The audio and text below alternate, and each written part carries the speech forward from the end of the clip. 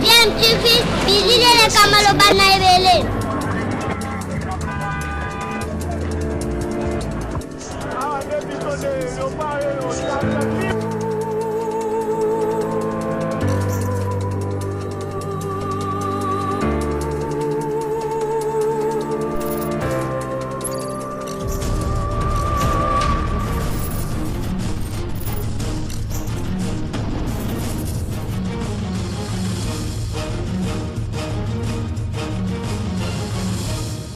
tu veux toujours un enfant.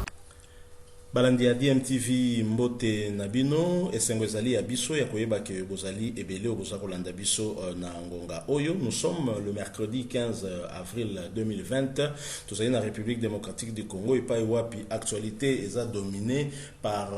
politique, justice et surtout crise sanitaire mondiale ezali ko frapper mokili mobimba oyo. RDC ezali pe épargné parce que RDC ezali pe touché même si baka confirmé ezali na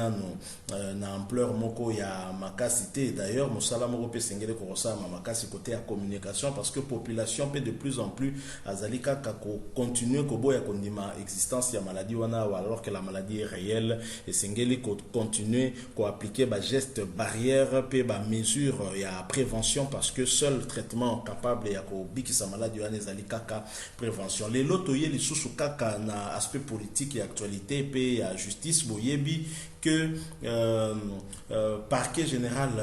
près à cour d'appel Yamatete Nantela ya procureur et tindaki invitation na moko ya membre ya famille Vital Kamiro ezali neveu naye na kombo o tobenga kaye plus communément Daniel Massaro parce que azali mutu moko ba musicien bazalaki ko bwaka mingi singelaki yepe toujours na cadre et instruction en dossier à makambo etali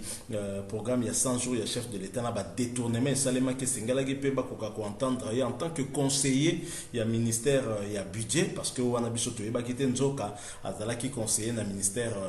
il y a budget et pas vice premier ministre Bodon Mayo azali kokamba et donc Daniel Massaro ba invita ki sengela ki na ye invitation ezala ki daté du 11 pe ba ki réception le 13 et sengela ki na ye akoka ko se présenter hier le 14 hier mardi le 14 na commune ya Limité na 4e rue sur Petit Boulevard na parquet général ya Matete. Malheureusement Daniel Massaro a été na invitation wana et Daniel Massaro non seulement a répondre na invitation wana te mais visiblement sur base ya document o lisusu tomonaki oyo parquet a sali lisusu kotinda na bakondi ya police pe ya ba service ya renseignement ezali que Daniel Massaro azali considéré comme moto azali en fuite alors que dossier bazali ko bengela ezali makambo ya détournement ba deniers publics. Donc Daniel Massaro a se présenté na parquet général lobby le 14 par contre a commis recherché. Donc na otangela bino quand même avis de recherche wana oyo ezala qui est mis par procureur général près à cour d'appel Yamatete qui sous la Betika Tete qui est d'ailleurs instructeur ya dossier wana yepende muto yoka qui a auditionnaki directeur cabinet chef de l'État Vital Kamere. Donc mukanda wana avis de recherche batindi yango na police notamment na commissaire provincial ya police nationale congolaise ville province ya Kinshasa et puis na monsieur l'inspecteur en chef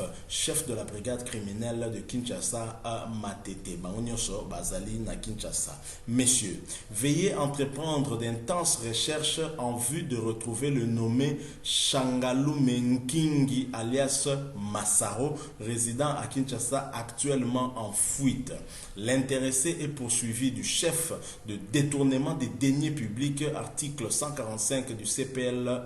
2. En cas de sa découverte, l'appréhender et l'acheminer sous bonne escorte au parquet général près à la cour d'appel de Kinshasa Matete en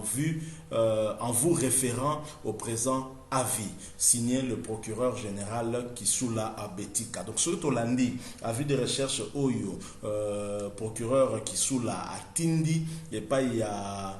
numéro 1 à police, il y a Kinshasa, puis numéro 1 il y a brigade criminelle, il y a Kinshasa Matete, et Zali ezali pour nous retrouver oyo babengi Daniel Massaro, donc Shangalume Nkingi, neveu ya Vital Kamerhe bebi ke Nkingi wana ezali kombo Vital Kamerhe pe aportaka ye kombo na ezalaka Lwakanyengenye Nkingi, donc ezali kombo ya Vital Kamerhe Lwakanyengenye Nkingi, donc neveu naye Daniel Massaro. Ici il est clairement dit que azali poursuivi pour détournement des deniers publics, donc moyibi munene oyo ayibi mbongo ya l'État toyebi te na lolenge nini wana, c'est à la justice de pouvoir déterminer yango. Tozali komi poser question pourquoi akimi soki akimi c'est que yemoko ayebaki peut-être que bako akolanda oncle na ye na kati ya prison ya Makala parce que yemoko ayebi o asalaki. De toute façon na ba image o tozali komona na ba réseaux sociaux ezali de nature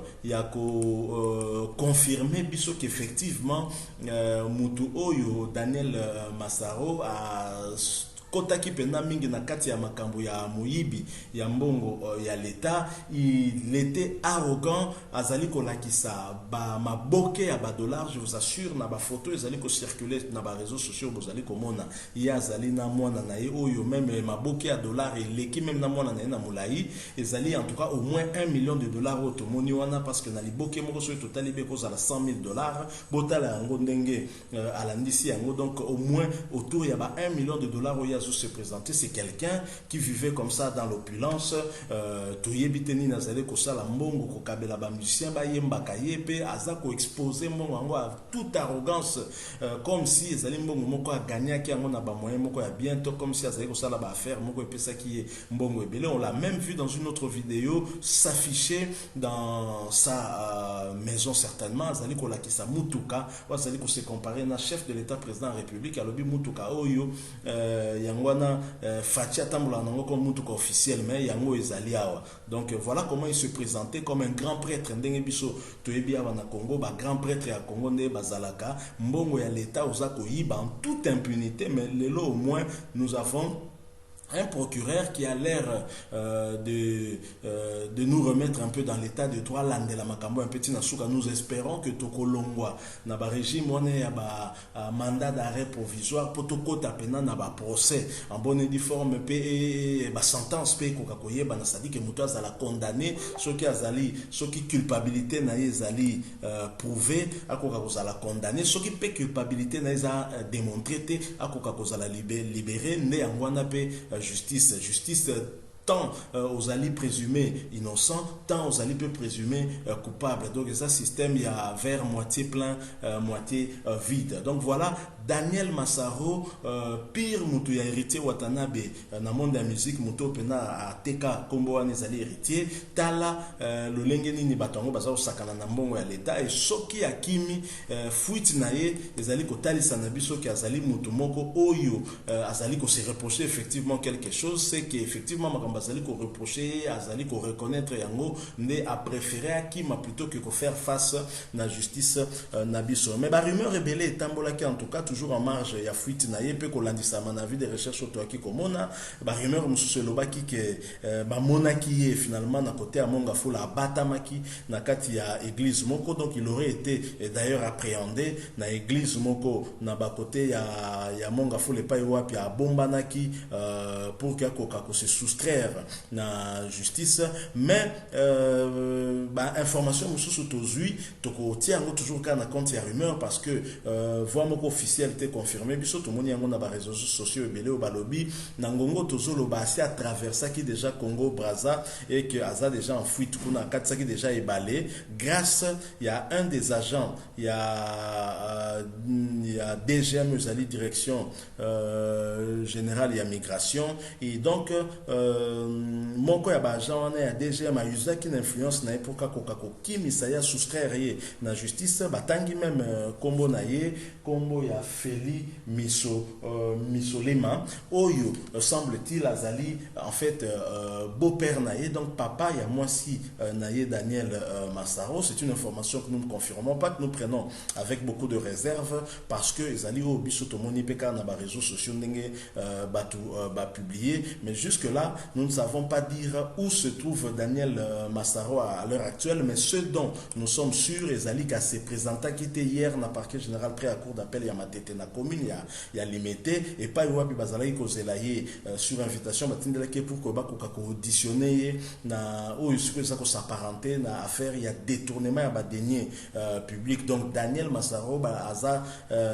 soupçonné ya kimuyibi, donc kokena on a français un peu trop donc a muyibi munene, donc a yibi mbongo ebele ya l'état, comment on appelle ndenga ça ko exposer wa mbongo wana et zali ko talisa qu'effectivement peut-être ça qui trempé na ba makambo wana ya mabe lokola pe akimi. Alors fuite ya Daniel Massaro, est-ce que procureur qui sous la lolenga zolandela, est-ce que corrélation ezali entre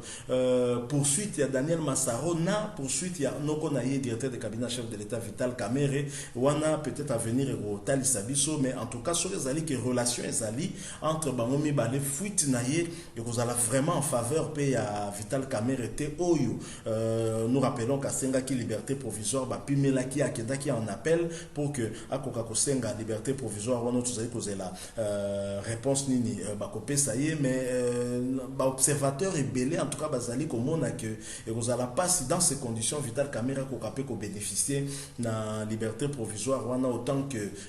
cousin neveu na ye wana à prendre fuite dans l'affaire qui semble être liée au etali makam ya ba détournement ya ba deniers publics bambongo ezalaki pona kosala misala ya 100 jours ya chef de l'état pona visibilité à mandat ya chef de l'état bango bakomisaki yango vraiment cop ekomaki mbongo ya ba famille na bango bayibi yango pe tozomona avec quelle légèreté mboka ezali gérer ozomona que neveu par-ci yaya par-là na kati ya ba cabinet vraiment makambo esengeli si là si nous voulons un état de droit, dans l'état de droit on privilégie aussi la compétence. État de droit lingi ba clientélisme te lingi ba régionalisme te lingi ba tribalisme te lingi te bato ba sangana sur base ya ba appartenance na bango tribal bilo wana nyo surtout esengeli ko telemela yango pe ko boya yango. En tout cas dossier ya Daniel Massaro toza ko landela yango de près parce que nous sommes choqués par ba image tozomona ndenga zo exposer mbongo et biso ki commerçant zo te kamalala na ye to zo te keloko boye au monde jamais ya exposer mbongo bongo po yebi passe ya mbongo sala muto zo exposer bongo on peut supposer que wazaka muyibi c'est de l'argent facile yango ko kabela ba musicien tout ça bambongo aussi facilement il se comparait avec le chef de l'état en achetant la même voiture que le chef de l'état. Donc tala arrogance au mutosa nango yango ayebaki kimuyibi na ye akokaki ko se présenter devant bazuzité a kimi tout la mwisi ya zaza tina minute même bambo balandaki bakoki ko zoyete. Nous espérons en tout cas que justice et au parvenir commettre la main sur ye soki pa ki na braza va sala ba démarche pour non koka ko localiser d'abord pe ko zongi sa awa pour kaza la juger et surtout condamner pe azongisa mbongo oye ayibaki. Voilà to na suka ya lisona biso etalaki toujours makambo ya ezali na justice kuna en rapport avec détournement ya bambongo ya destiné na programme à 100 jours ya chef de l'état Félix Tshisekedi soki bosepeli na analyse to sali bo j'aime aussi bien, pourquoi pas un commentaire pour nous encourager aussi. Et ceux qui vous a déjà abonné, merci. Si vous avez abonné à la chaîne Nabiso DMTV, cliquez pour qu'on s'abonne, puis immédiatement il va apparaître juste à côté cloche moko ou le link kolobake soko cliquez wana ou comme désormais notifier na ba prochaine vidéo to mettre en ligne.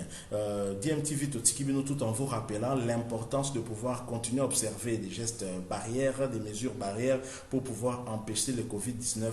de nous décimer. DMTV vous dit au revoir.